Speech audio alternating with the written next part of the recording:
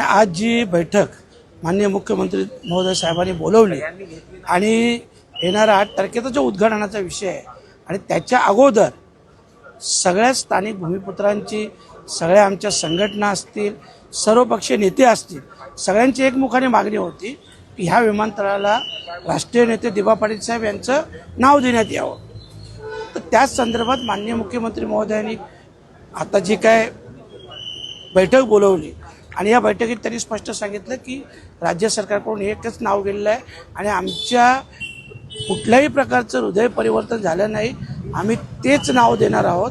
Even त्यांनी त्याच्यापुढे जाऊन सांगितलं की 3 दिवसापूर्वी माननीय पंतप्रधान नरेंद्रजी मोदी साहेब यांच्यासोबत देखील मिटिंग झाली.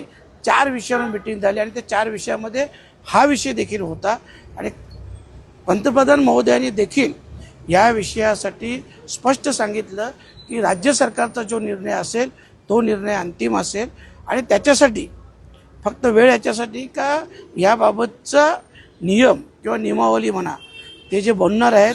कारण ह्यापुढं मुख्यमंत्री महोदयांचं म्हणणं असं होतं की पंतप्रधान महोदयांचं म्हणणं आहे की ह्यापुढं हे सगळे अधिकार राज्य सरकारलाच देण्यात येतील आणि त्या संदर्भातच जे काय बनवायचं चालू आहे ते ठराव संमत होईल आणि त्यानंतर मग प्रोसेस होऊन राज्य सरकारला तो अधिकार दिला जाईल आणि त्या प्रोसेससाठी जो वेळ लागेल त्या वेळेनुसार हे नाव देण्यात येईल. परंतु अंतिम नाव हे दिबा पाटील साहेब यांचंच असणार. हो, निश्चित. आणि म्हणूनच आमचा 6 तारखेचा जो मोर्चा होता तो आम्ही तात्पुरता स्थगित केलेला आहे.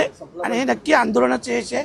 तर हे मी तर सगळ्यांनाच श्रेय देईन की ज्या संघटनांनी किंवा अगोदर ज्यांनी एवढे वर्ष याच्यात सहभाग घेतला, आंदोलन केलं, त्या सगळ्यांचं यश आहे आणि त्या सगळ्यांचं आभारी मानतो आणि अभिनंदन. माझ्या चॅनलला सबस्क्राईब करा आणि बेल आयकॉन दाबा जेणेकरून तुम्हाला माझे नवीन व्हिडिओ मिळतील.